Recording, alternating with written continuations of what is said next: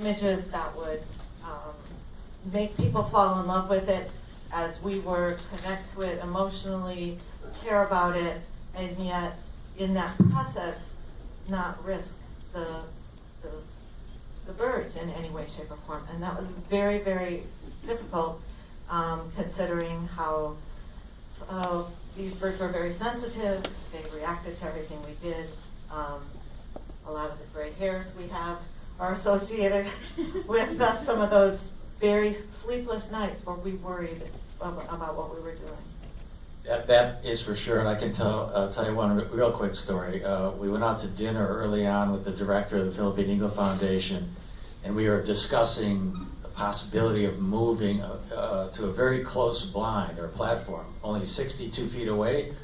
And he looked at me and he said, "Neil, I trust you." And I said, "Oh boy, now we're in trouble."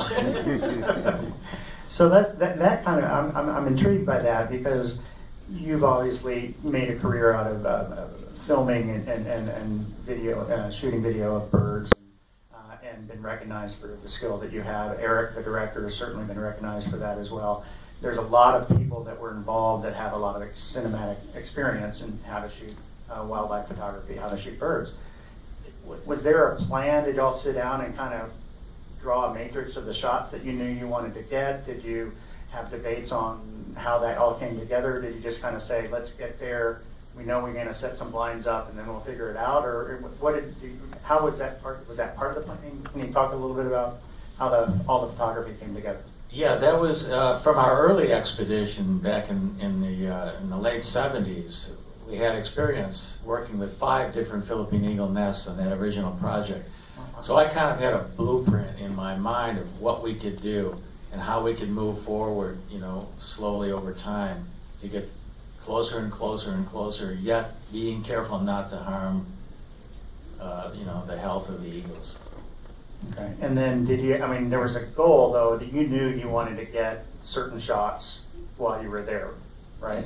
Basically, the coverage that we were looking for was documenting the entire nesting cycle and all of the behavioral footage that we could of the male, the female, and the young eagle, and the other wildlife in the vicinity. Yeah, and when we planned and left for the expedition, this film was nowhere in the even twinkle in anybody's eye. We went there for Cornell to document this bird, which we weren't sure, whether it's going to be for the last time or not. And also, very importantly, to create educational films for use in the Philippines by the Philippine Eagle Foundation.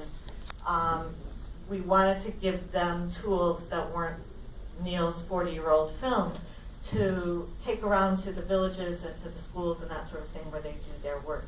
So that's the entire reason that we went, and then sort of in the course of it, Cornell started thinking, wow, there's another story here as well. But to their great credit, and we're